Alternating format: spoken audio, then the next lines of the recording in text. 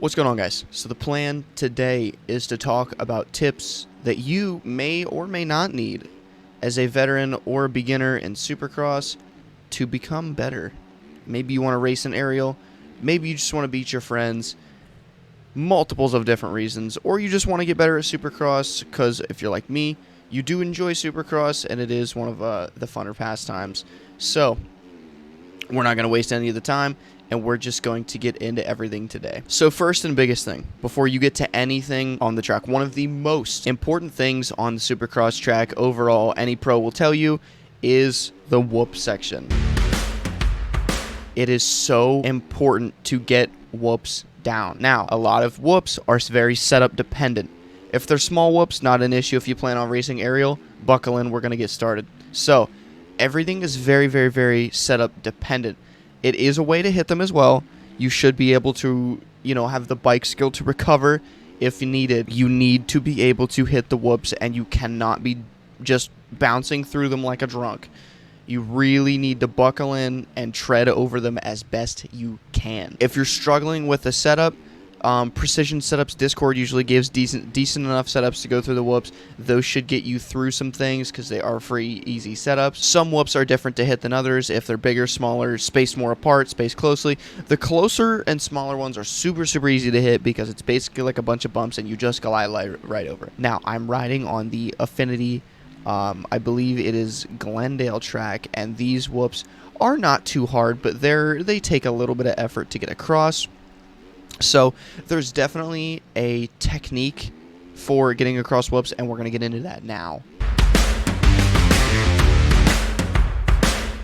So for going across whoops, the one thing I can tell you from experience, a lot of people hit whoops differently. They're different based on circumstance. If there is a jump like a single or a roller before the whoops, a lot of the time you're going to have to scrub that as best you can so that you can get into those whoops and make it a lot easier for yourself. You could try and jump into them, but then you're just going to be jumping them Muscan style, and a lot of the times that is so much slower. So for me, what works best, this may not work for everyone, but I know a lot of pros use it. I know especially, first off, that Linz use it. He talked about it in a video. The first whoop is usually a transition whoop, so it'll push you on top of the other whoops. It'll set you up for the next whoops, and this first one is crucial. So what I can give you as my best advice, which usually sets me up for some pretty clean whoop runs, is you are coming up to it, you are of course standing, and you get ready to hit those whoops. You're going to take a slight lean forward and then lean all the way back and give it what it's got. Now, you leaning forward is going to set you up and let your suspension not bounce you to the moon. It's going to set you directly on top of those whoops, and as long as you can keep it at a good pace that you can set on top of those and stay as straight as possible, sometimes you're going to get kicked sideways, and there's absolutely nothing you can do about it. It's not going to be your fault for the most part. But if you can get on top of those whoops with decent speed, you should be able to just lean back and get through them pretty easily, and it'll definitely make your Supercross runs much easier. All right, now that we've got whoops out of the way, what we're going to get into now is timing.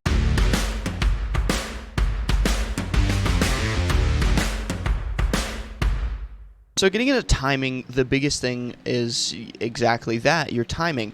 So, of course, I didn't go over you need to learn the rhythm, because you do need to learn the rhythm. I'm pretty sure everybody understands that you need to learn the rhythms and learn the fastest rhythms as best you can.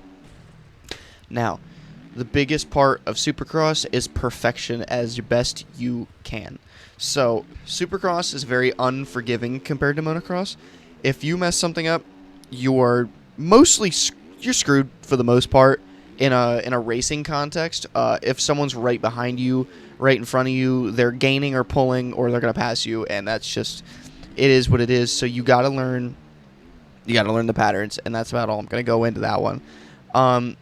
So timing is super important to understand what section of the track you're on and what speed takes what to get there. If you need to be scrubbing something, how fast you need to hit something, you need to have that dialed in before you start racing. A lot of the time when you do like an aerial, they open the track like 30 minutes, I do believe, before the track actually runs for a race, which isn't a lot of time, but it is enough time to get most of your timing dialed in. And once you get everything dialed in, you could start running your fast laps for qualifying, and hopefully you can make it through that main event. This will be a short topic, but for this one, what we're going to go into is consistency.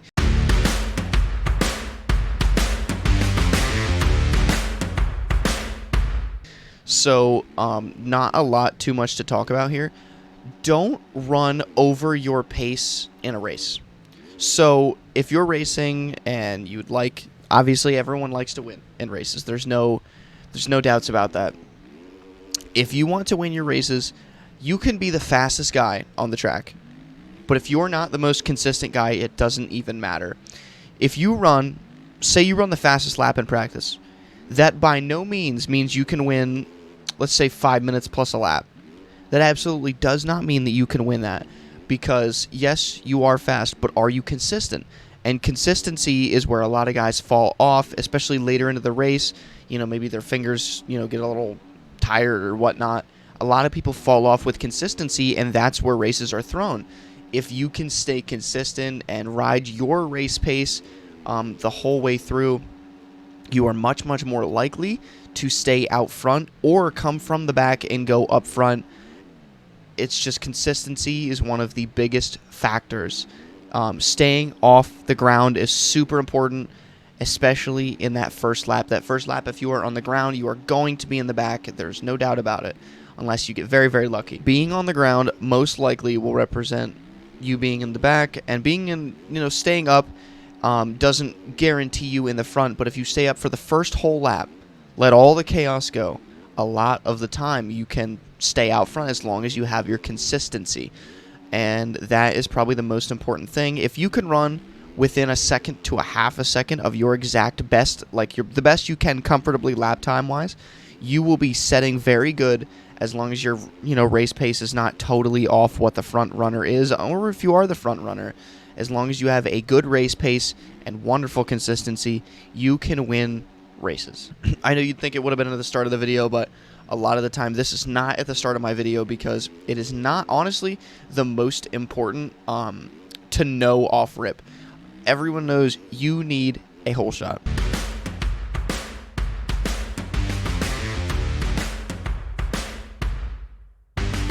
So getting the hole shot is super, super good. It can set you up to absolutely dominate a race.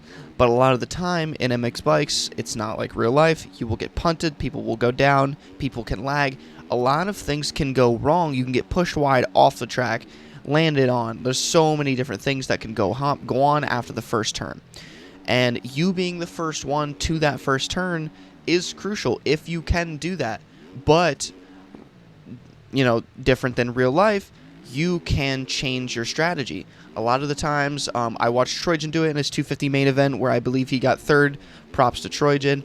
But what he does is he will hang back slightly, and he will scoot up the front of the pack, and he will go from there, because a lot of the time people will fall, something will happen, and you'll be able to sneak right past people, as long as you can stay careful and stay vigilant of the people that may have fallen, or be just in your way in general. But starts aren't, I believe, as important as some people may say they are, just because of a lot of things just go wrong in the first corner. Even in the pro races, which is, the aerial stuff, it's never perfect. Pub lobbies, it's the worst, but it's never perfect. A lot of people give you your space, not in a pub lobby, so if you are just racing pub lobbies, then you're probably not going to get. If you can get a hole shot, that's great, but a lot of the times people are just going to take you out just because they want to. So the next thing we're going to go into is racecraft. So one of the biggest things that I can definitely tell you is racecraft. Me racing motocross in real life and racing a little bit of supercross as well. I feel like I have a little bit of accreditations. I've won a couple local series.